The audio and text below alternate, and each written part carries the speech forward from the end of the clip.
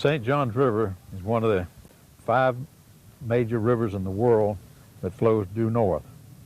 It starts down in a place called Lake Helen Blazes, which is only 20 miles north of Lake Okeechobee.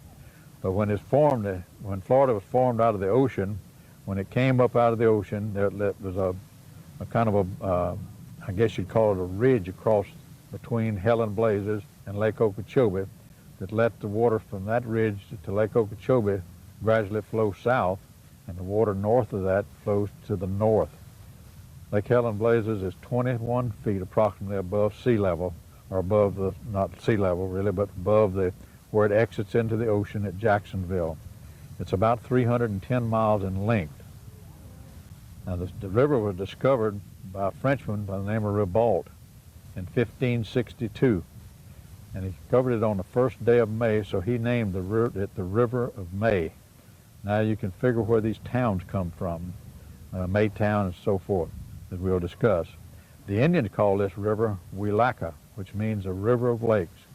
And the St. Johns River passes through many lakes and touched by many lakes that flow into it through the creeks along its route to the ocean. The Spanish came, they changed the name of it to San Mateo River. Didn't stay that but a very short time. And a group of priests started a colony up near the mouth of the river, and they called it the Order of San Juan, which translates into St. John's. And in 1635, they changed the name of the river to the St. Johns River, and that's what it's been ever since. But you can pick out the towns along the river: Wielaka, San Mateo, Maytown, where this river has been named for these towns. It may have been called a couple of other things in its history too, but those are probably the most common of the names. We will begin our journey on the St. Johns River starting in Jacksonville, and we'll go up the river as far as the steamboat will be able to go up the river.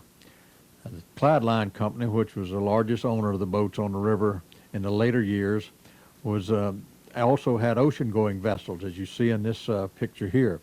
And they would start up in Boston and come all the way down to the major ports along the eastern seaboard into Jacksonville and all the way on down to Havana, Cuba. Now when you got to Jacksonville, you would have to switch over to a steamship line boat. And these are some of the lines. Brock, the old Reliable, which was Brock's line of steamers, was probably the earliest steamship company on the river that operated a full schedule from Enterprise and Sanford all the way up to Jacksonville and back. And you can see here's one of the Captain Coxetter's boat, the Starlight. Now, there's a place to bend down on the river south of Blue Springs called Coxetter's Bend. Whether he run aground there or what happened there to have it called for him, but something happened to one of his boats there. H.B. Plant, probably better known for his railroads than he was his steamboats. He's the man that built the railroad from Sanford on down to Tampa. And as well, he and Henry Flagler was the two Henrys that developed the railroads in Florida. He also had to have steamboats, and he used them mostly to transport his materials for his railroad as well as passengers on the river. The Bayou Line didn't operate too long. That was the biggest boat that ever traversed the St. Johns River, was a Bayou. It was so big that it just could not make those old turns in the river, and some of the bends were so bad that it just couldn't operate there. So this boat was taken off of the service and sent up to Long Island, and it operated around Long Island up in New York State. Now they formed, the Bayou did, called a Merchant's Line. He formed that with DeBerry and the DeBerry Line, and it become known as the Merchant Line. And they served on the river for about 6 years, and in the late 1880s, they sold out to Clyde Line. And Clyde Line operated up until about 1933 on the river. Here you can see one of their tickets that you could buy at the DeBerry office. And these tickets were, as you see, they were not too expensive. But today it's not expensive, but back in those days, it was quite a bit of money to ride the boat. It was because people a common labor back then made about $1 a day. This is one of the sailing ships being towed out to deeper water and wider part of the river so he could set sail and sail out of there. This is down on Bay Street in Jacksonville, and this is probably right after the Civil War. And you can see this old fellow's come in there. He has a arm missing, as you can tell there, and he's riding in the saddle of that old mule, and his wife's in the wagon behind him, or the two-wheel cart. And she has an object in her hand there. When you first look at it, she looks like she's got a gun in her hand, probably to keep him in the saddle, but it's not. That's an umbrella, or back in those days, most people referred to them as a bumbershoot rather than umbrella. But he's brought his goods in from out where they live in the country out there, and to trade and for whatever he needs in supply that he can get there in Jacksonville. This is the Monroe Steamship Company. It was formed and started in Jacksonville right after the Civil War, and it's operated ever since. And during the First and Second World War, they built a lot of merchant ships there, especially in the Second World War. People from even down in Central Florida came up there and got jobs working at this shipyard.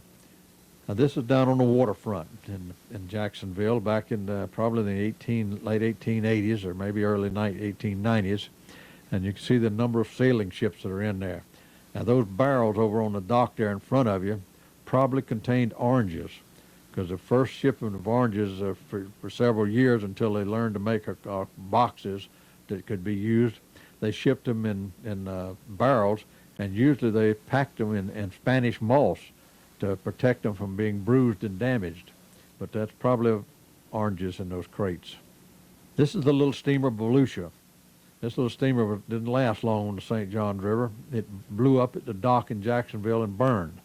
Now, there was no safety devices on these steamboats to tell them how to regulate when the steam got to a certain point, it would blow it off and keep them from blowing up. And a lot of times the old guy that was the engineer, the fireman on the boat rather, he'd get stoked up on moonshine whiskey, and he would stoke that firebox up too big, and he'd blow that sucker right out of the water. And that's the way most of the steamboats that were sunk in the early days on the river happened to them. They blew up because they got too much steam pressure on them. Now this is down on the riverfront. Today this is all cleaned up, and it doesn't look anything like this, and it's a prettier part of Jacksonville's city along there today, where all these old docks used to be at. This is down at the slips where the steamboats would come in. You can see one coming in up there to his slip, and they would each one have their place to go into, so they could unload and load up their stock and their people and whatever they were calling. Now this little old boat here, now in the wintertime, let me go back a minute and just tell you that in the summertime there wasn't much call for these big boats on the river. So the smaller boats would run the freight. The big boats, like the city of Jacksonville and the Osceola, would be taken up or sailed up to the New England states, and they would operate up there during the summer months because there just wasn't no business for them down here. So they'd use the small boats there. But look over on the side of the dock there, and you see the wood piled up there. In the early days, these steamboats ran off of, or were fired with wood, usually the fat lightered pine. Now that's the heart of the pine tree that has died, and the sap is rotted off, and it has a center of it, the heart of it, is what they're known today as fat lightered pine, and it burns like gasoline. It's so flammable, and that's what they used to run these boats in the early days. Later on, they converted them over to run on coal. And I have to put this in here, folks. I want you to see that lady's beautiful dress there on the left, and hopefully this is a wintertime, because that's a wool dress, and look at her fine hat there. Because most of the people's dress clothing back in the early days, if they usually had one good dress, and most of the time it's made out of wool, so it lasts a long time. But it was very hot to wear in the summertime. This is the City of Jacksonville steamboat at the dock in Jacksonville about 1909. And the City of Jacksonville was built in 1882. And it was the first boat to run on the St. Johns River that had electricity on it, electric lights. They were not on it when it was built. They were added at a later date. And there it is in this color postcard, the City of Jacksonville. Now, the one thing that you have to realize about these postcards is that don't ever trust anything that's in them as being there for sure. That flag was probably not in the original picture. But the fellow that's painting this thing in Germany or in England later, he painted it what he thought it ought to look like, and he would add little things to it to enhance the picture. And this is one of the few color postcards that you see of the steamboats on the river. And there's a ticket for the City of Jacksonville, this purser's ticket. And you can see that this is good for this trip only. And this was a cabin. You could rent a stateroom cabin, or you could rent just steerage, which means you slept on the deck, which is about half price. This is the inside of the bayou. As you can see how big this boat was by the interior of it. It almost looked like an ocean-going vessel. But this is where the ladies and the children would sit at during the trip, and the men would go back where the bar was at, and they'd drink their drinks back there and maybe play a little cards or smoke a cigar. This is the Frederick de Berry. Now, this was a boat was built in 1881, a year prior to the city of Jacksonville, and Frederick de Berry was the man that the town of de Berry in southwest Volusia County is named for. Mr. de Berry built a big mansion down there in 1871, and he brought people down to visit. He didn't want anybody to come down and buy no land and stay. They just came and visited, and he had people from all over the eastern United States and England to come there to go hunting and fishing. But when the time come for them to go home, he sent them home. He owned 4,000 acres of land down there that he used as a hunting preserve, besides all the wonderful fishing on the river. This boat was built with the first steel hull on it of any boat on the St. Johns River. It burned at the dock when it was 2 years old in Jacksonville. They raised it, rebuilt it, and added 20 or 25 foot to the length of it when they rebuilt it. And the Osceola was the second biggest boat on the river, built in 1913. It was the last paddle wheel boat built for the St. Johns. If you notice, the city of Jacksonville and the Frederick de Berry were both side wheelers, had a wheel on each side of the boat. It made them a little bit easier to maneuver on the curves on the river.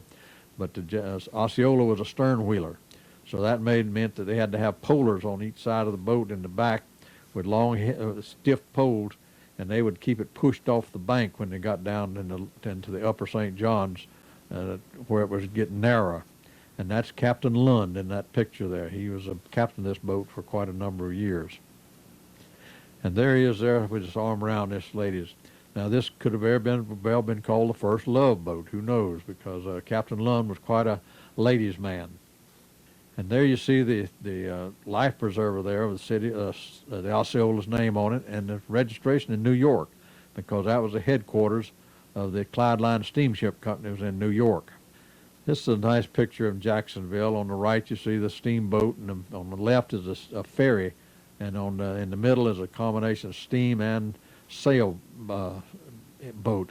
And the little sailboat now was probably added in the picture. Now, this is an English painted picture. When the First World War come along, they could no longer send them to Germany, of course, so they sent them to England to be painted. And the English painters were never as good as the Germans, and the postcards are not hard to pick out as to which place they were painted.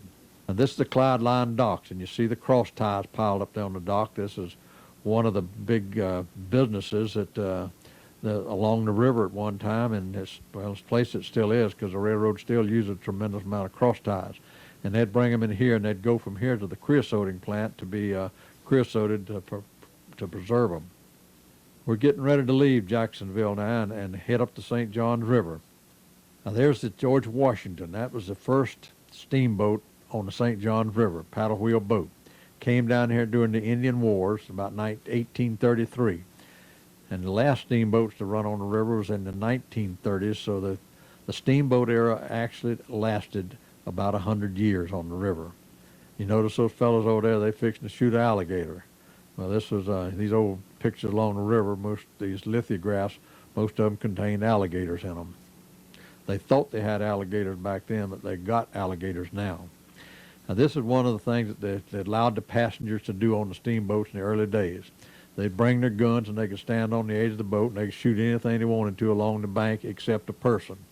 But they'd shoot the alligators, the birds, and anything else they saw, till it got where they couldn't see anything anymore. There wasn't nothing out there. That when they heard a steamboat coming, what game was there, they'd take off into the river or go back up in the woods where they couldn't be seen. And the people got to complaining about the fact they never got to see any animals on the river or birds. So they stopped them from doing that shooting finally, that they couldn't stand on the deck and kill anything that come along. That's what happened to the pelicans down in Volusia County, down Lake Woodruff and Lake George, south end of Lake George, was they killed them so bad that they left there and they have never returned. Hibernia would be one of our very first stops on the river. and it was still, these towns are all still exist today, and they would have a hotel or boarding house usually at each one of these stops, because people had to have a place to stay at when they got off the boat till they could either build them a place or buy them a place. So they always had these places for them to stay in. Now this is the one at Orange Park, this hotel here, and this was built. A lot of these places that you see in these drawings were never built. They were real good advertising, but the money didn't come around, so they never got built. But this one was built. This is Harriet Beecher Stowe's home. It was down in Mandarin, Florida, and on the St. Johns River. And if you look up in the upper left-hand corner up there, you'll see a tree. That's an orange tree. The fruit used to grow all the way up there, and if you stopped there during the right time of the year at her place, she would allow you to go up there and pick an orange, and so you could have it say that you picked it at Harriet Beecher Stowe's home. And that's her husband and her two daughters sitting on the porch with her. She's the one in the white skirt. Now this is one of those hotels, a Magnolia Hotel, that was never built. It sure looks pretty in this picture, but it never came about. Now also in the old brochures in the 1870s and 80s, you would find out if you ever got to Florida that you were never going to die. You would live forever in Florida. There was no diseases, no fevers, if you can believe that, so there was nothing to kill you. So you just live on forever, and that was one of the ways that got you down here. It's amazing today that all these cities along the St. Johns River today are trying to get people back down here to visit and come here as a tourist on these tours, because they think now they believe this to be what people want to see, the real Florida. Well, I guess you can say it's the real Florida, but it's not the real Florida that these folks came down to see. But we're doing the same thing in 1998, 97, 98 that they were doing in the 1870s and 1880s, getting all kind of advertisement up north to lure the people down here and to spend their money, and some of them stayed and some of them going back. This is the Green Cove Springs at the Clarendon Hotel. Now this was a fine hotel. It had a spa there that you could, with water in it that you bathed in or drank, and you could do it whichever order you preferred to do it in. But the hotel's long gone, but the spring, I think, is still there. It was, it may not be now, but the spring was mostly sulfur water and other chemicals in it, but it was supposed to cure your ailments, and I guess if you believe anything, it may help anyhow. This is a little dock at Piccolata. Piccolata was a fort there that probably had about 20 soldiers in it that guarded the western approaches to St. Augustine. And at one time, Sherman from Civil War fame was stationed there as a lieutenant, and he wrote some letters when he was there. This little railroad here was a horse-drawn railroad from St. Augustine over to the St. Johns River. And if you have to remember that this time there was no inland waterway along the ocean over there, because if you're afraid you'd had to come in through the inlet, which was very dangerous, or it had to come down the St. Johns River and be transported across from the river to St. Augustine. This would later be changed to a regular standard gauge railroad, as you can see in this picture here, that the railroad came right out onto the end of the dock, and the passenger trains was there with it, and they would carry people back and forth over to St. Augustine from here. This is a little community of Federal Point. It still exists up near Palatka there, and one of these two buildings, I'm pretty sure, is still standing today. One of them was a kind of a boarding house, and the other one was a general store. And this old big tin building here, you can see is still there in Palatka. It's right just to the north of the Holiday Inn on the Palatka side of the river. And this old steam ferry that carried you across there, because the river's getting kind of wide there, so they had this steam ferry. As a gentleman has a house inside of this tin building today, his home is in there. It's a very nice home inside of that. And this is a lithographed drawing of Palatka, and it's from the Larkin Hotel. It was there, and this, you can see the small boats there. Is the Ocklawaha River boats, along with the big boats of the St. Johns. Now this is the first bridge across there. It's 1910, and this is the first bridge built south of Jacksonville. And this will be replaced by the Soldiers and Sailors Memorial Bridge after the First World War, and then that'll be replaced about 15 years ago with a high-rise bridge across the river. So this is actually the first of three automobile bridges across the river at Palatka. In 1884, they had the World's Cotton Exposition was held in New Orleans. One of the things they brought there from Argentina or Venezuela in South America was a plant they called a water hyacinth. It had a very beautiful blossom on it, and they showed them there. And when the exposition ended, they gave them to the affluent people who were there. And unfortunately, Mrs. Fuller was one of those affluent people. She was from Brooklyn, New York, but she had a home in San Mateo on the St. John River. Now, she could have drugged them things behind the train from New Orleans to Jacksonville, wouldn't have killed them. But she got them there, and she put them in her fish pond. And that fish pond, of course, in just a matter of almost 2 or 3 months, was completely filled with them. So she thought she would bless the people of Florida to be able to see those pretty blossoms, and she put them in the St. John River. And in 10 years, it covered 50 million acres. Now, the cattlemen saw that the cows would eat them, and they carried them and put them in lakes so the cows could eat them. But what they didn't realize is there's no nutrition in them at all. It's all water. And the cow could stand there and eat day and night and die of starvation. So I always tell the ladies, if you want to go on a diet, that you can eat water hyacinths. They'll fill you up, probably just no fuller than you ever wanted to be, but you will not gain no weight on them. And they may be poisonous. I don't know whether you could human edible or not, but it's a good idea anyhow. And that is that water hyacinth. See the beautiful blossom. It is pretty. It's almost like an orchid, but it's sure clogged up the river. And they spent millions of dollars since that time in 1884 till today, trying to keep those things down and under control. And they'll never get rid of them. Of course, we brought in so many other things since then into the river, the hydrilla and all other kind of weeds and grasses that came in here for fish. People put them in fish tanks and got dumped into the water. That the hyacinth is just one of a lot of things today. Now, we're in Palatka here in this picture, and if you can see up in the upper left-hand corner, about halfway up the picture, you see the town is named Palatka. It's spelled with a P-I instead of a P-A. And that was the earlier way of this. For the early days, it was spelled Palatka. And that's an Indian word meaning crossing. And this is where the Indians would cross the river on their way over to the coast. They'd go over there and stay in the wintertime and come back over here in the summer. Because the summers over on the coast was unbearable for mosquitoes. And this is a little Pennsauken. This is a little boat that ran on the Ocklawaha River. The Hiawatha was probably the most famous of the Ocklawaha River boats.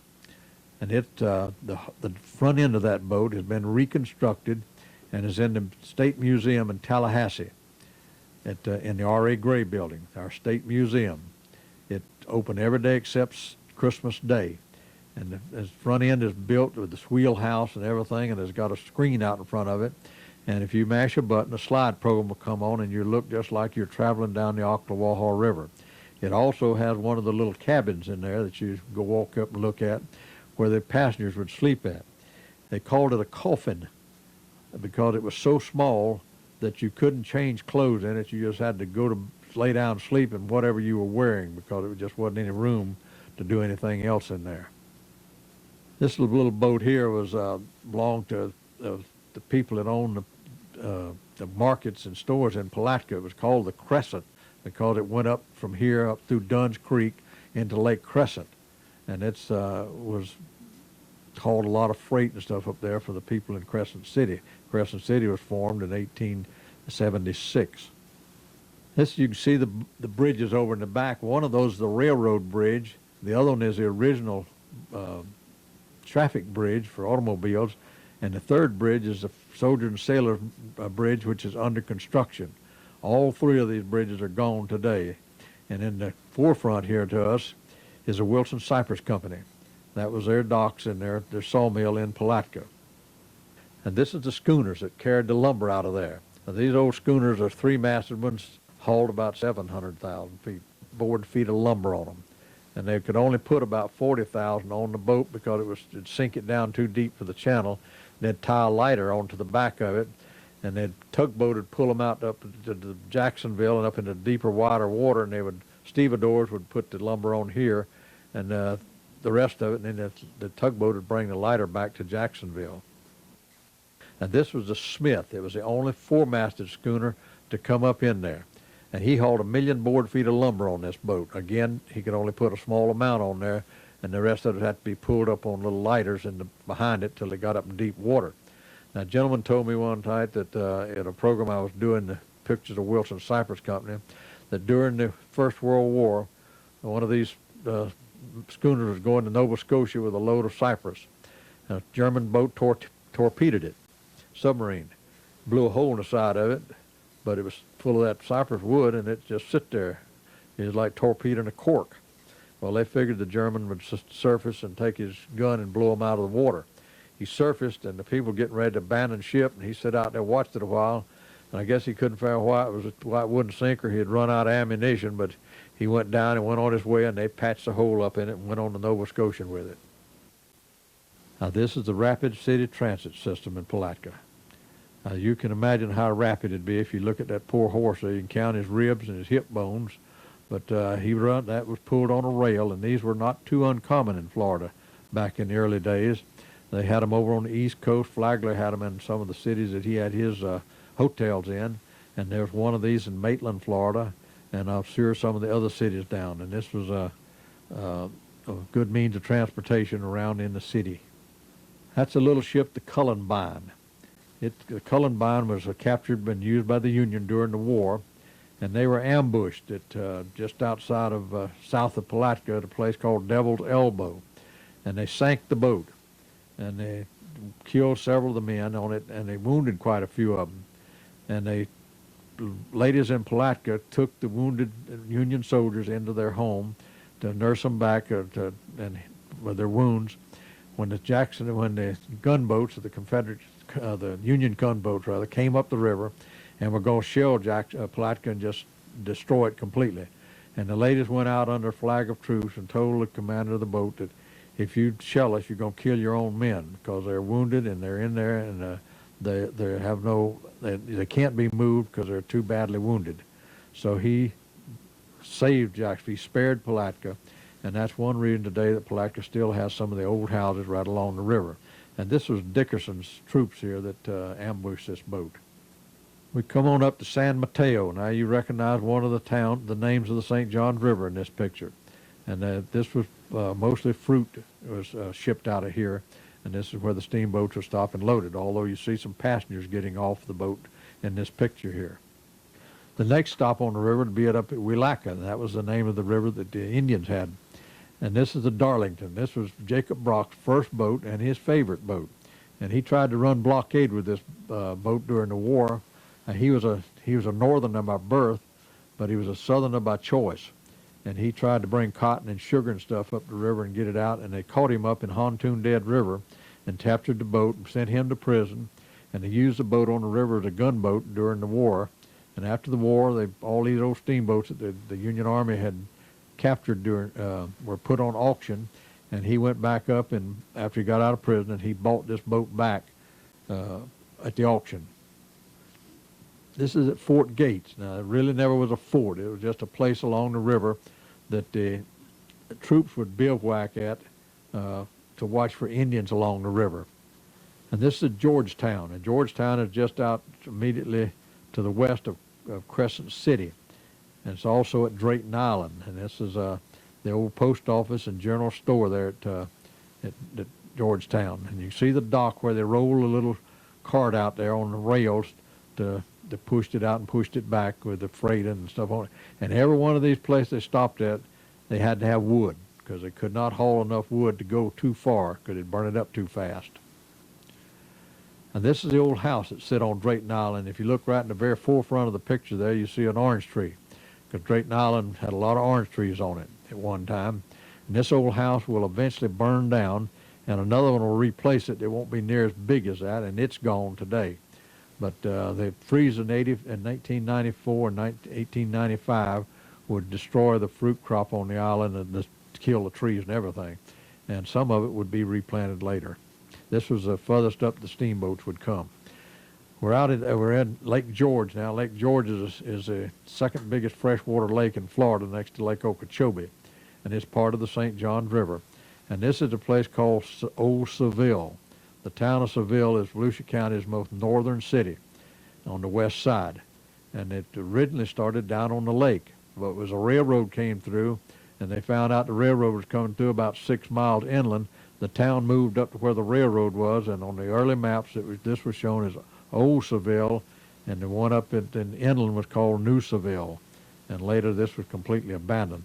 And that's the mail boat there, Captain John Harris's mail boat. We're coming into the south end of Lake George now, and over on the right there, you see the light tender's house. It's not a lighthouse, it's a light tender's house. And they dredged this out, the sandbar out, in 1884, so the steamboats could get across it, because in low water they couldn't get across that sandbar because it was it was just too high. And this is known as Volusia Bar, this end of Lake George. Now, there's several court battles fought in the 1930s to determine where fresh water ended on the St. John, salt water rather, ended on the St. Johns River. And that the court decision were that the salt water officially ends at the south end of Lake George at Volusia Bar. The reason for it was that back then they were allowed to seine fish in the salt water, and that included the St. Johns River where salt water was to be at. So they could seine fish in Lake George. They could seine anything and sell it except black bass. They could not sell black bass. And this is the light tender's house. We have the logs that he kept. He kept 2 logs. One of them was called a fog log, and the other one was his daily work log. Now, the fog log was he had to note in there every day whether it was foggy or not. I don't know what use it was. It didn't say if it was raining, just fog. And in his daily log, he had put in there how much kerosene he put in the lamps out there along the tenders there, where the boats could see the seawall or the walls of the passageway through there. And he had to keep account for it. And every time the supply boat come, they brought him paint. I guess he spent most of his time painting that building. And if it could have rotted down around him, and the paint would have held it up. And it's on cast iron pole that held it up, post in the water. It would never rotted away. But when they electrified the tenders or the coming in there, they put electric lights on them. He had no further business being there, and they abandoned this. And this, because of course, told you it was built in 1884. And in the 1970s, somebody got in there and they set it afire and burned it down. But prior to that, people would come there and just live in it till they got tired. And during the Second World War, there was a man murdered in this building. And the people around there said he was a communist, so they didn't even bother to try to find out who murdered him. And this is one of the fish houses. It was up there. This was just inside of the river, the lake in the river there, that Douglas's fish camp. And they would pack the fish in those barrels with ice, and they would carry them down and ship them out by rail from up in Barberville or Pearson. And it took too long to get up there by steamboat, because they'd send them up into South Georgia mostly, and some of them into Jacksonville. Now, that's Camp Crusoe. This was one of the few places along the river that you'd see like this. There were no places along the river to get anything except at the bridges. Usually the bridge tender would have a little bit of something there. He sold no groceries or nothing like that. But he would have some, if you rent boats and things there. But this is one of the few places where you could stop and get maybe a little gasoline if you had an inboard motorboat. There wasn't any outboards then.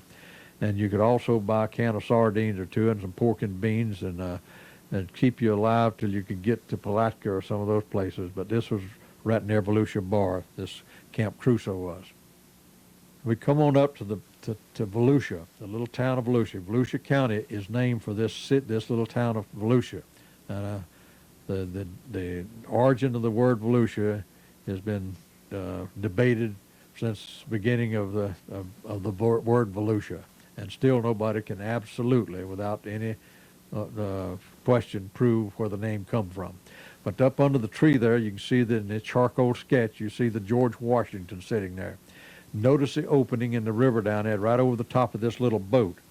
And to make sure that this is at Volusia, this picture here was taken quite a number of years later, and you can see that same opening that we just saw back there. And this was taken from the old bridge there at Volusia. This is the home of Barney Dillard. There'll be few folks that know who Barney Dillard is, but most of you will not. But Barney Dillard he came there after the Civil War, him and his family. He came there with his family. And Barney's daughter still has a little museum up there in Volusia, and of the artifacts and the early stuff of there. But Barney became acquainted with Marjorie Kenning Rawlins. And Marjorie would come there and sit on the porch with him, and they'd have a little drink, and he'd tell her stories. Barney was a great storyteller, and everybody loved to listen to Uncle Barney's stories. And he would tell her a lot of the stories that she wrote down and used in her books. He never got anything but one copy of The Yearling, which was one of the main first copies of it, and his daughter still has that. And when they filmed the movie The Yearling, some of it was filmed in his yard there, and they had to tear his chicken pen down to do it, so they gave him a roll of chicken wire when they got through, and that's all he got out of the movie. But the house was sold later, and a lady that bought it wanted to tear it down and rebuild it, and the county said she was too close to the river, that she couldn't build a new house there. So my understanding is that she had the roof jacked up, had an architect draw a new house, and it fit that roof, and they tore the underpinnings out, everything out from underneath it, built the new house, and set that roof back down on it. I guess there's more than one way to skin a cat. This is the Dillard's first home on the river there, and on the left is that oak tree there. It's called the Volusia oak, and it's still standing just before you go across the bridge on the right-hand side. And Billy Bartram came through here, and a plaque commemorating the fact that he came through was erected by the Pearson Garden Club quite a few years ago, commemorating that. And there's also a story about the Volusia oak there. Dillard's house here will burn down. And this is the Dillard docks back in the background on this little postcard, but notice the pelicans in the picture. And I told you what happened to the pelicans, and they left, and they have never come back. Now this is the old ferry across there.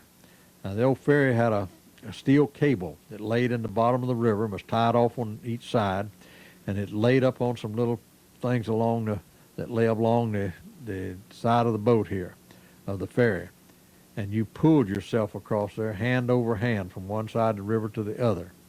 And that was a chore. Now, that wasn't near as bad as if you came up there and the ferry was on the other side of the river, and you had to take a little rowboat and row yourself over there and get that ferry and pull it back over here and load your stuff on it and pull yourself back. Now, of course, you always hoped that there'd be somebody around there that you could pay some money to help you pull that thing back and forth. So if you're sitting at a bridge that's open for a boat to pass, just think about the fact that, well, at least I don't have to pull myself across that river on a ferry. And you're much better off to sit there and wait for the bridge. This is the last year the ferry was in operation, 1926. And you can see that fellow now has got him a gasoline engine that will pull him across there. That's the Dillard docks in the background back there. The only thing about them old motors back then was that they worked sometimes they didn't. You'd spend more time trying to get it started than you would doing anything else. They're very difficult to work with. On the spare tire of that car there that belongs to the man in the white knickers, he says that he is a Mima realtor. He's been over there in Lake County looking for some underwater land that he can buy real cheap and sell real high to some poor Yankee up north during the boom. And this happened many times in Florida. People would get down here and they'd come to find their houses and the property during the Depression that they had bought during the boom, and they'd get to it, they couldn't use it. It was in a dried up lake bed bottom, or it may not even be dried up then. On the road from New Smyrna over to DeLand, those old cypress ponds out there, for many years you could see street signs stuck out in the middle of those things where they'd laid out subdivisions in them, and nobody could live in the things. But this was the thing that happened back during the boom when Florida was where everybody thought they wanted to come to. That was in the days of the tin can tourists that come down. They always said they come down from up north with a $10 bill and a clean shirt, and never changed either one of them while they were here.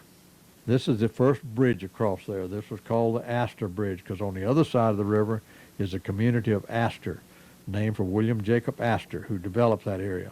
Now, the bridge tender that was here was shot, and the first bridge tender was shot and killed and fell right in the middle of that bridge. Since he fell in the middle of it, and Lake County is on the one side and Volusia County is on the other side, and the middle of the river divides the counties, neither one of the sheriffs wanted to claim jurisdiction to investigate the murder. but the court finally said that Volusia County had to do it because his head was in Volusia County. But they never did find the person that killed him. Nobody ever arrested for it. But yet there was a fellow there in town that a few months later was out plowing his garden and with his mule, and lightning struck him and killed him and his mule. And some of the folks in that area said that they thought he was the man that did the murder, and that justice had been served. Now this is just before this bridge was torn down, and this bridge house here was taken up and moved in its entirety up to a little place called Barberville at the Pioneer Settlement for the Creative Arts. It's one of Florida's finest places for children to come to. It has a lot of animals and machinery, and this bridge house there spans the road, and it's used for an office.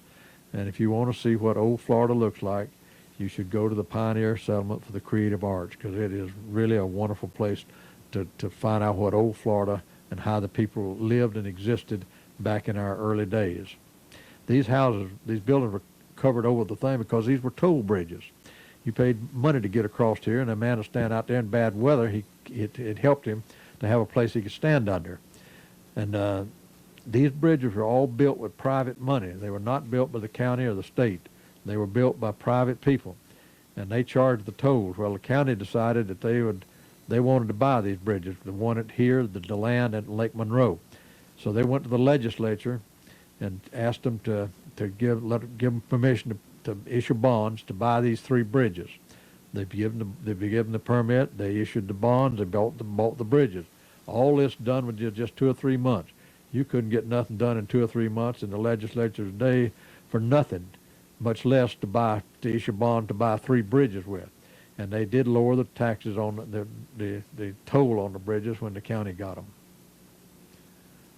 This is the old warfare on the Astor side, and in the background there you see 2 hotels, one on the right there behind that tree, and then right under the tree you see one up there, a white-looking building. That's another hotel.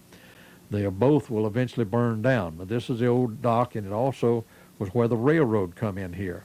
And the railroad, as you can see at this old depot here, ran from here over and through in the middle of Lake County over to Port and to Eustis in that area. And it was mostly used to transport lumber out of those areas over here to be shipped out. And as the sawmills played out and the timber played out, then the railroad had no further use. So the railroad was taken up and abandoned in the early 1930s. Now this is the second hotel down that you saw. This was the Astor House. And the original manuscript to the Call of the Wild burned up in this building here when it burned. Now this is a color postcard of that area up there in Astor and Volusia. And you can see the Dillard docks back in the back here, and on the left is the Astor House. Now there's the Osceola stopped at the Astor House, and he's letting off passengers there and picking up passengers. And he's leaving the place there, and on the left you see a building there that's still standing today. It's a private residence today. Now the Jacob Astor, when William Jacob Astor come here, he broke this thing up in lots. He also bought some other tract of land to the west of here called Astor Park, and it was broken up into acreage. And he thought that they could farm this country, so he got some Swedish people to come down from Minnesota and settle in here to farm. Well, this land in here is so poor you couldn't raise an umbrella on it, and these people could not survive in here. The palmettos and stuff was so heavy and so thick and so much trouble to clear up, and the land so poor that a lot of them went back. Some of them stayed and went into commercial fishing, and then finally into the fern business as the fernery business began to really prosper in this part of Florida. This little building, they moved it here. It used to be at one time a kind of a fertilizer manufacturing place before they moved it over here on the river, and they used it as a recreation place on Friday nights. They'd always have a dance or something there, and it's miraculously still there today. It was said that William Jacob Astor owned a home up here. Nobody can tell you anything about it. But this picture came from a fellow that was a school teacher up in that area, and along with a lot of other pictures. And they said that his gardens had a lot of tropical plants and stuff in it. Well, as you can see there is a lot of tropical plants here. And you can see the big house up in the background. Of course, the freeze in 1894 and 1895 would have killed every bit of this vegetation in here of the tropical nature. Now, whether this was his house or not, nobody can really tell me. This is up at Bluffton. Bluffton is right at the mouth of Lake Dexter, where you would turn to go in if you were headed to De Leon Springs. Now, this is a huge Indian shell midden that was there, and the house set up on top of it. The steamboat landed here, and the little steamboats or little boats would pick up passengers to carry up to De Leon Springs and to Highland Park. And this was dug out in the 1950s to shell roads with in Volusia County, just a hole in the water today. Now, an Indian midden actually is nothing but a garbage dump. The Indians' main food back in those days really was not meat or deer or what we think of that they might kill.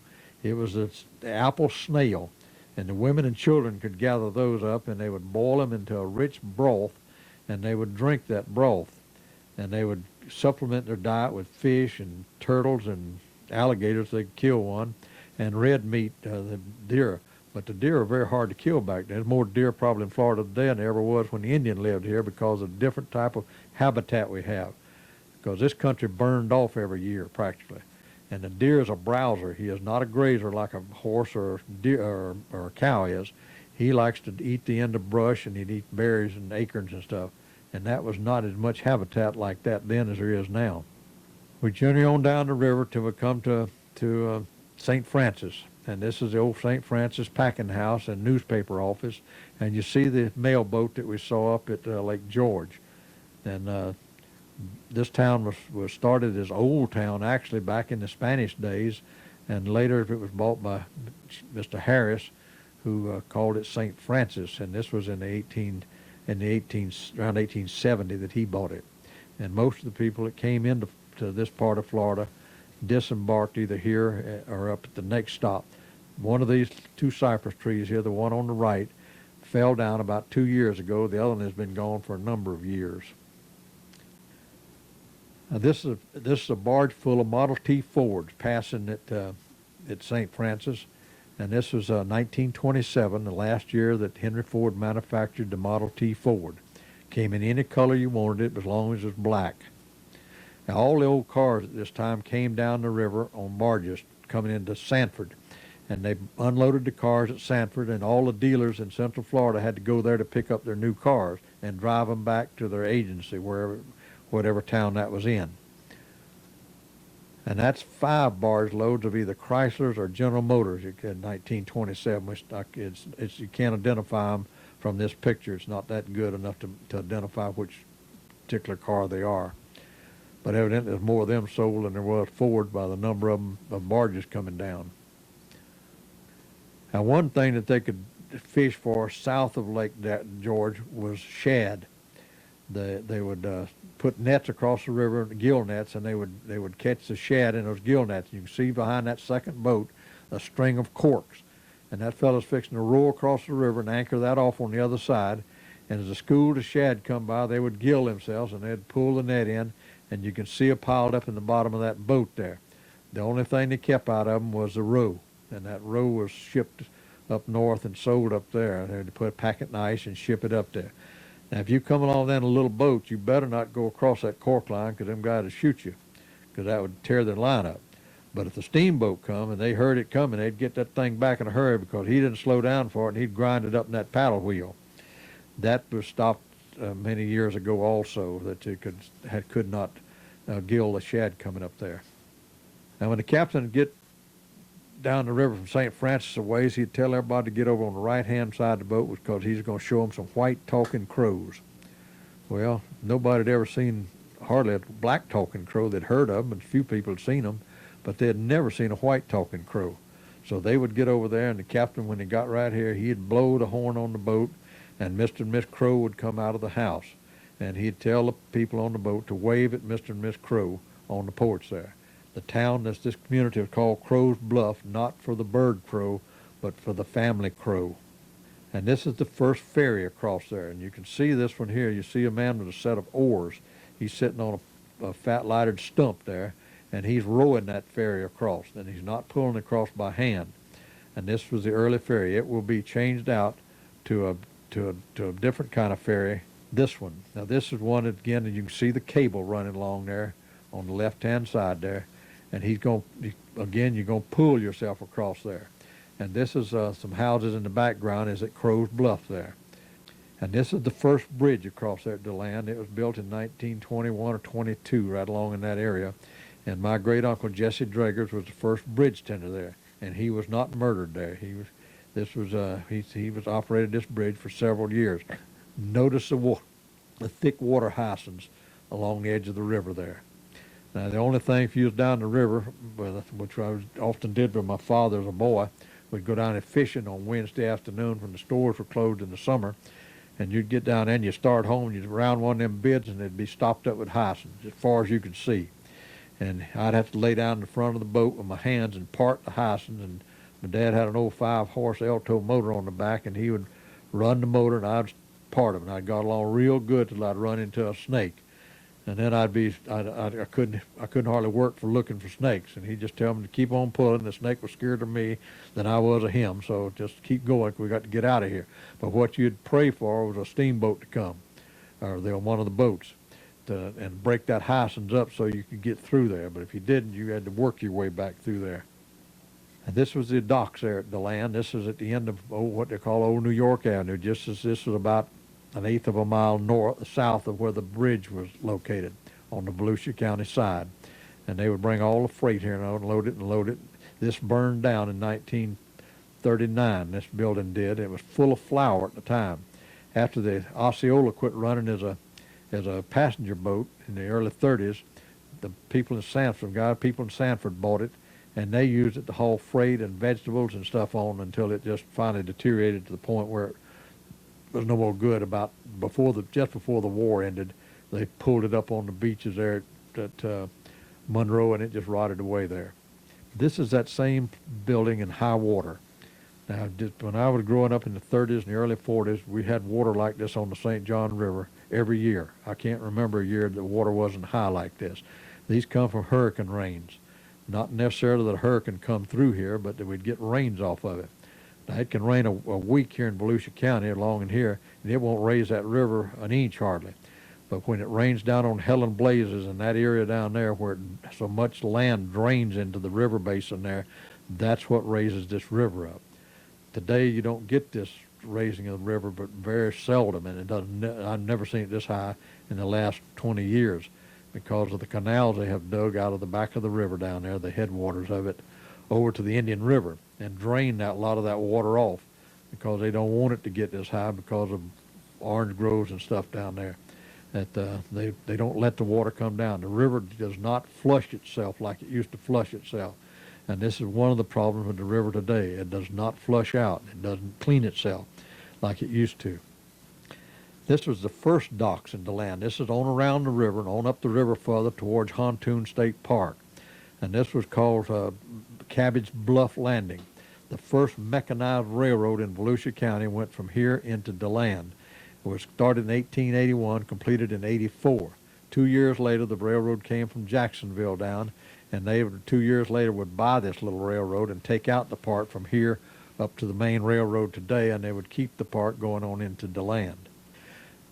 This is just a squatter's shack on the river along there going up towards Hontoon, and they were made out of palmetto fronds, and very well could have been some of my people, because some of them lived on the river and made their living off the river. They fished, they trapped, they hunted to make a living.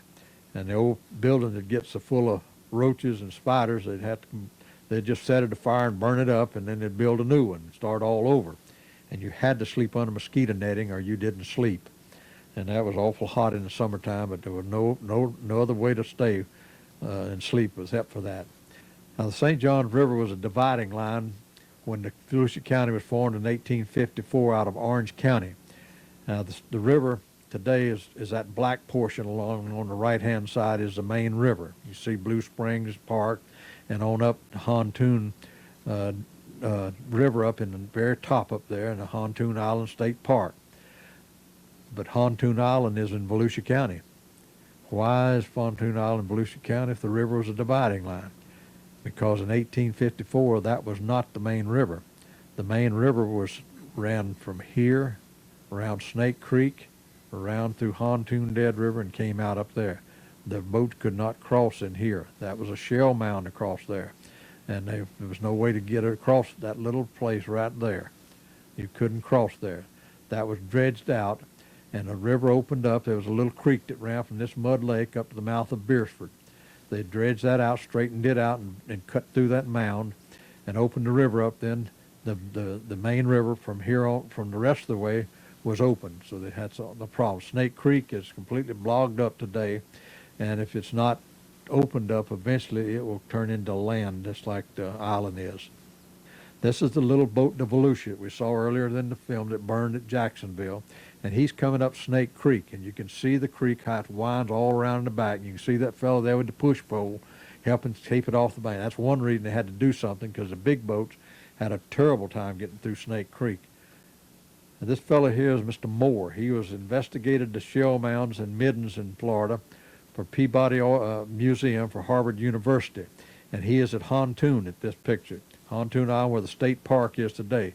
Notice where that cut was made. See the sheer cliff of that shell mound going up there that he's standing by it there, looking at some of the artifacts. And he wrote some books on the artifacts that he found in this area, and especially he found at the mound on the other side of the river here, which was part of this original mound. And this is the ferry that went from here over to Hontoon Island. The state park is located right across there where you're looking at. And that building there was originally a packing house for the big orange grove that was on that island. It froze out in 94 and 95, and that became a boathouse to work on boats there. And people lived over there in the house on the island, and these folks were going over to visit them, which my folks used to do quite regularly when I was a small boy.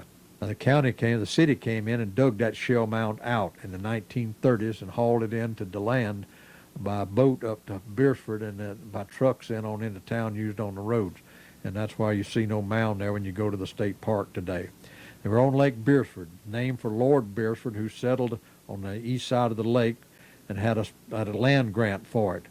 Now the Seminole Indian Wars, the last ones in the 1840s or 50s, came in here, and they were very active over on the side over there where Hontoon Island is.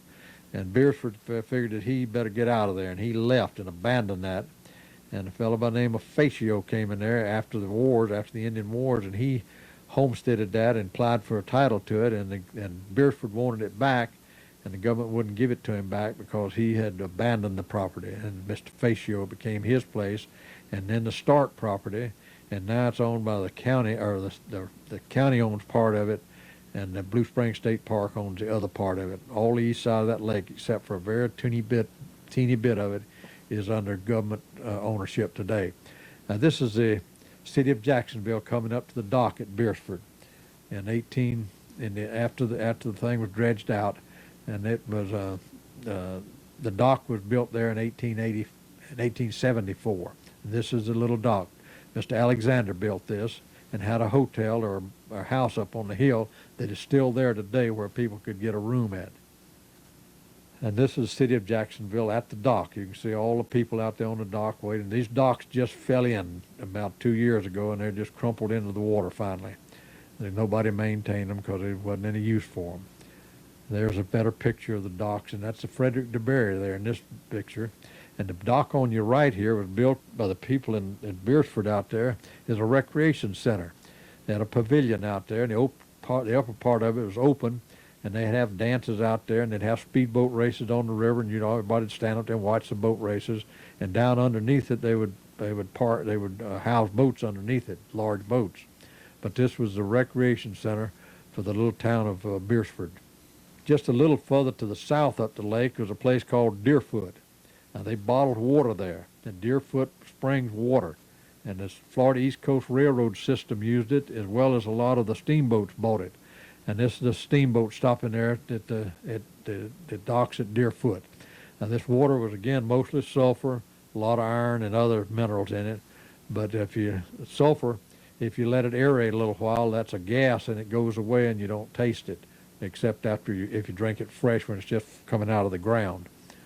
And there's some people there picking up passengers as friends and stuff at the dock, and that's the building in the back there where they bottled the water. Now these fellas have been out there on the lake alligator hunting, and you can see they've killed a pretty good sized gator and put him in the boat. Well, there's not much between the water and the boat that it could sink very easily, and they would pull this thing up to the shore and they would skin the gator out right then and there and abandon it. My Uncle Frank, my daddy's oldest brother, was an alligator hunter back during the Depression days. He did that to help supplement the little bit of income he had off his little farm out in DeLynn Springs. And, you know, folks back in them days we didn't eat alligator. I never beat a piece of alligator in my life till I was 70 years old almost. And nobody eat alligator that I knew of, and he never eat it. You know, you're sure enough poor folks if you had to eat alligator. And if you did eat it, you didn't let nobody know about it because you didn't want people to know you was that poor. But the only time my uncle ever brought alligator meat home was when my Aunt Viola would tell him that the chickens had mites on them, and the dogs had fleas or ticks. And they'd bring some alligator meat home, and they'd take that alligator meat and they'd cut it up in little teeny pieces and mix it in with the chicken food. And the chickens would eat it, and then the mites would leave them. And so would anything else that was bothering them. They'd clean them right up. The other thing, he'd bring a piece of the alligator hide home with him, and he'd hang it on the door of the dog pen. And the dogs would have to brush on it when they went in and out of the dog box. And there was something in that gator hide that fleas and ticks couldn't tolerate. And they would leave the dogs. So folks, if you ever have a problem with mites on your chickens, or your dogs have got fleas bad, just get you some alligator meat or a piece of old alligator hide and hang it up where the dog will rub on it, and that'll get rid of your problem. Today, you know, you go in a restaurant and buy alligator meat, it's very expensive. For a little package of it you could hold in your hand fried up, it'll cost you from $6 to $10 depending on your restaurant you're in. And the hides today bring $30, $40, $50, $60 a foot. Well, my uncle was hunting alligators. They got $1 a foot for the hides up to 8 feet long. Anything over 8 feet long they didn't get paid for. And you know, they don't use the back of the hide, they only use the belly part and the sides because the back is too bony and they can't make anything out of that. Now, this is the docks at Blue Spring. Now, this picture here came from an antique dealer in California. Now, how the picture got there, nobody knows. But you can see the steamboat stopped there, and the railroad ran from here over to Orange City and on into Lake Helen and across to New Smyrna and connected the Florida East Coast Railroad with this area here. Now, the very first railroad in Volusia County ran from Orange City down here. It was pulled by a mule. It was not mechanized until the Florida East Coast Railroad bought the thing, and they put the regular steam engine into here. And you can see the railroad dock up there, and the gazebo was where the passengers for the steamboat would wait for it. Now, the railroad was finally taken out from here up to the main railroad that came down from Jacksonville, and this part was abandoned and removed. Now, this is the Osceola, the steamboat Osceola, just to give you an idea how big it was. It was a very large boat, and it was, like I say, it was so big that it had a time on the river, especially since it was a stern wheeler. This is Fort Florida. This is out to the west of the little town of DeBerry, down in our southwest section of Volusia County. And there was the steamboat dock over there on the left and the house up on the hill there. And this is a very affluent neighborhood today. These buildings are gone, and real expensive homes built along this area today. This was never a fort here. It was just a place that they'd stopped because the Wekiva River ran into the main river at this point, and they would watch the Wekiva River for Indians coming out of the river. This is the old ferry across at Monroe, and you can see this is in 1912, and that old Buick there would be a real prize today to have it. And you can see the little motor about in the middle of the ferry there, right in front of the wheels of that car that they would use to pull the ferry across with. And that fellow's pulling it back there. He's going to push it out, I guess, as far as he can and pray that motor starts. And this is the first bridge across there. This was built in the 1920s also, and it stayed there up until, this is right after the war, maybe just before the war. They moved this bridge to the west about less than an eighth of a mile to straighten the highway out, because it had two wicked curves going into this bridge that there was a lot of wrecks on. So they moved down and put the bridge up there. And this bridge would be taken down, this drawbridge, and moved down to where they could make a road from Sanford over to Osteen and put a crossing across the river there. Now, the Steamboat had two choices when he came into Lake Monroe. He could either go to Enterprise over in Volusia County, or he could come over to Sanford. And depending on the number of passengers, he would go to the place that had the most passengers. And he would sound his horn whistle on the boat to let them know which place he was coming to first. He's coming into Sanford here, and you notice the celery fields. At one time, Sanford was the celery capital of the world, but saltwater intrusion is they can't grow celery there anymore. There's too much salt water, and it takes a lot of water for celery. Now you can notice this fellow here has got boards. The celery in the early days was boarded up along the sides so it would be bleached. When you bought celery in the stores before the Second World War, it would be white and just a very green top on it. Well, the war came along and they couldn't get labor and they couldn't get the lumber, so they just let celery grow. And we got it in the grocery store. I was working in one of the grocery stores there in DeLand when the first green celery come in there. It was green all over. And the ladies come in, they wouldn't buy it because they thought it wasn't ripe yet. And they put up a big sign over the vegetable counter there and said they put chlorophyll back in celery. And that's exactly what they did, because that was chlorophyll that made the celery green. And they started buying it again. And that boat out there is a propeller-driven boat. It's called the City of Sanford. And that was one of the very last boats to run on the river along with the Osceola.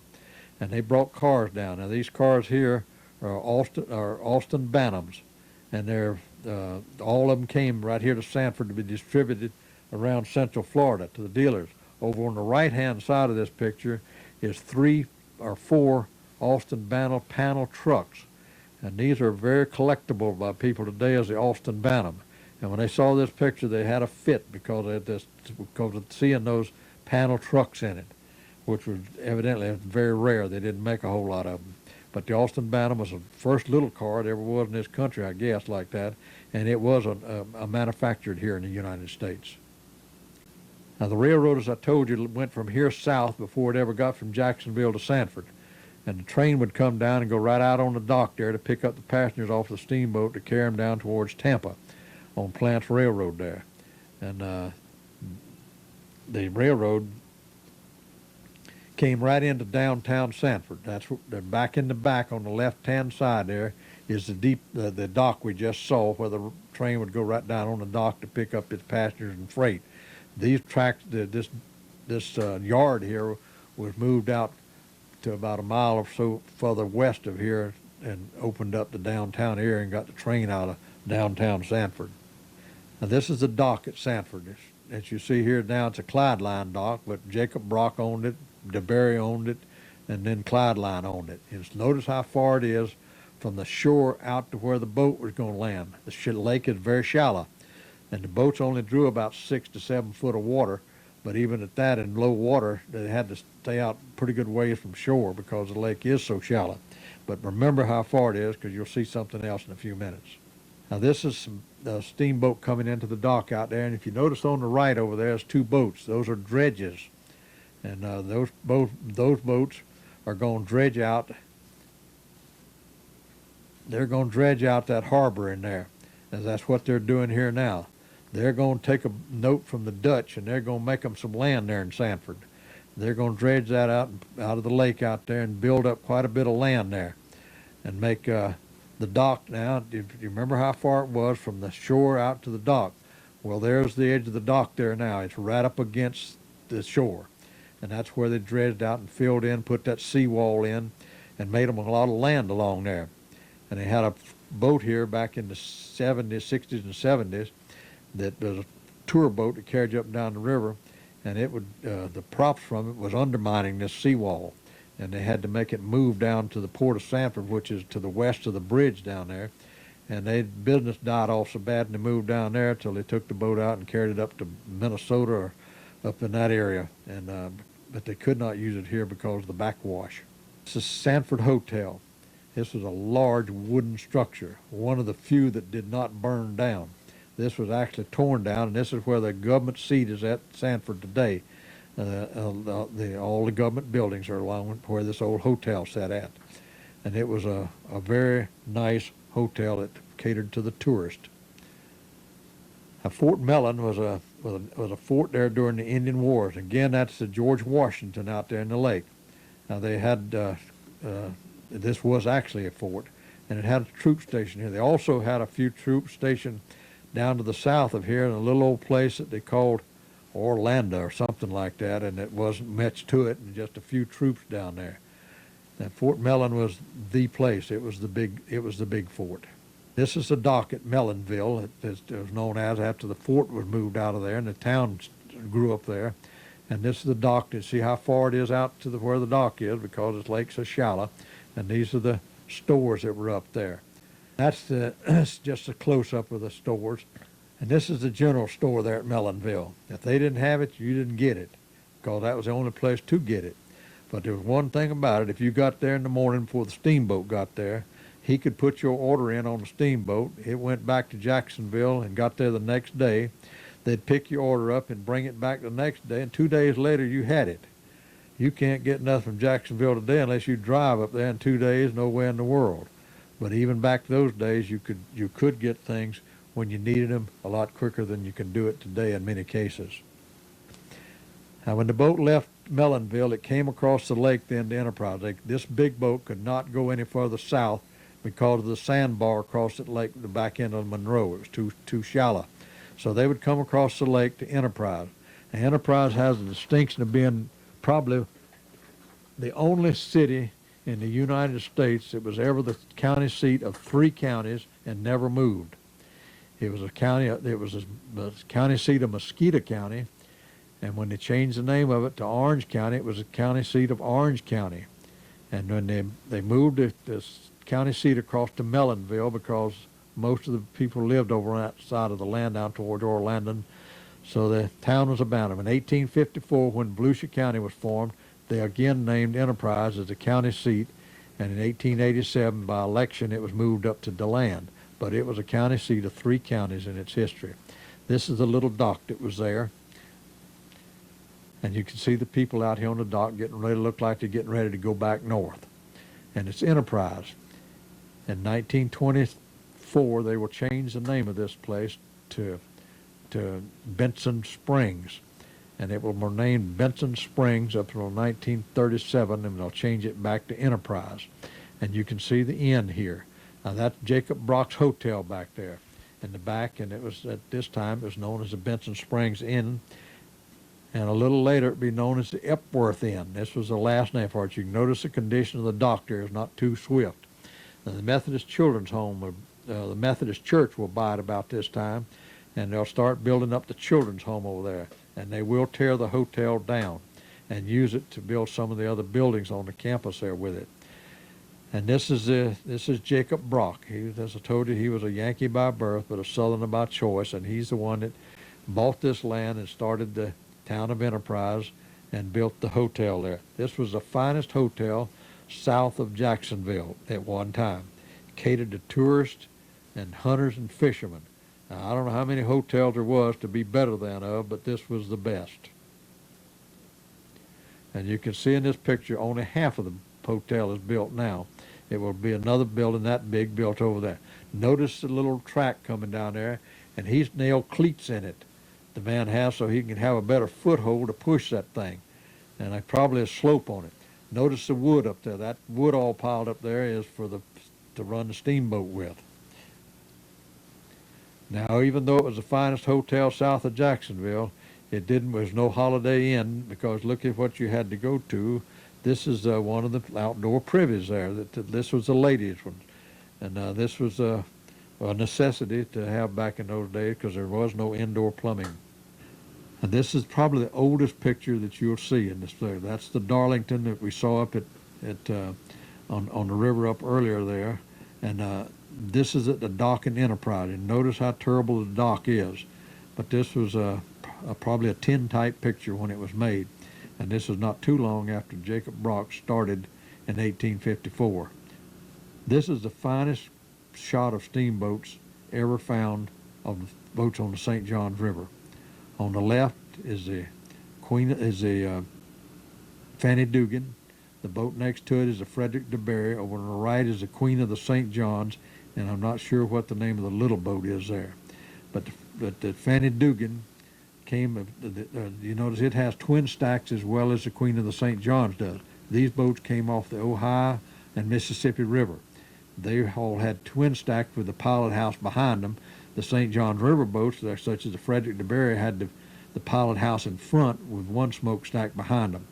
Now, the Fanny Dugan had been in Jacksonville in 1887, and when it came back, they told the people in Enterprise that Jacksonville had been quarantined because of yellow fever.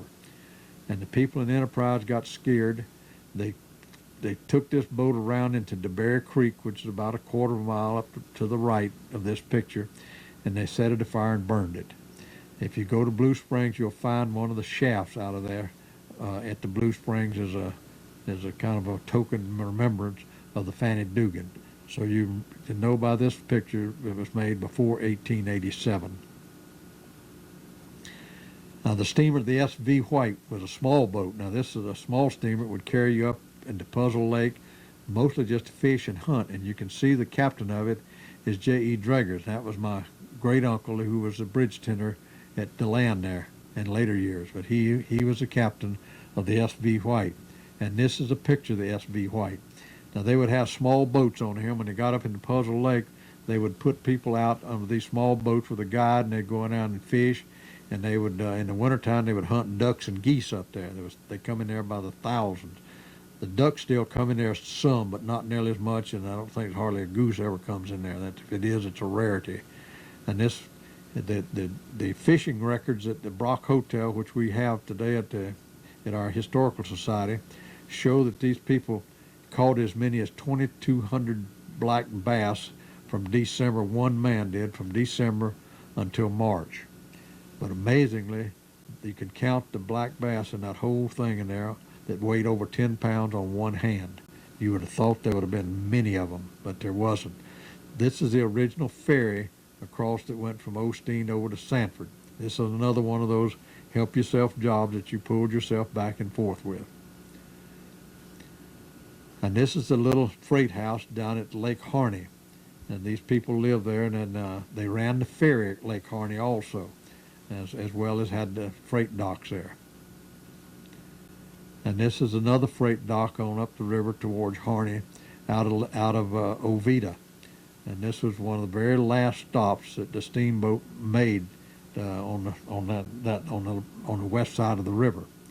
And this was the last stop it made. This is down at Lake Poinsett, out opposite of Cocoa. And if they were over there from Cocoa picking up freight and passengers to carry them back, probably then this isn't high water. There's probably a stagecoach up on the dry land that the passengers will get in that stagecoach when they get up there, and the freight will be hauled on in these things. Because again, we had no inland waterway back then, so the freight had to come through the St. Johns River.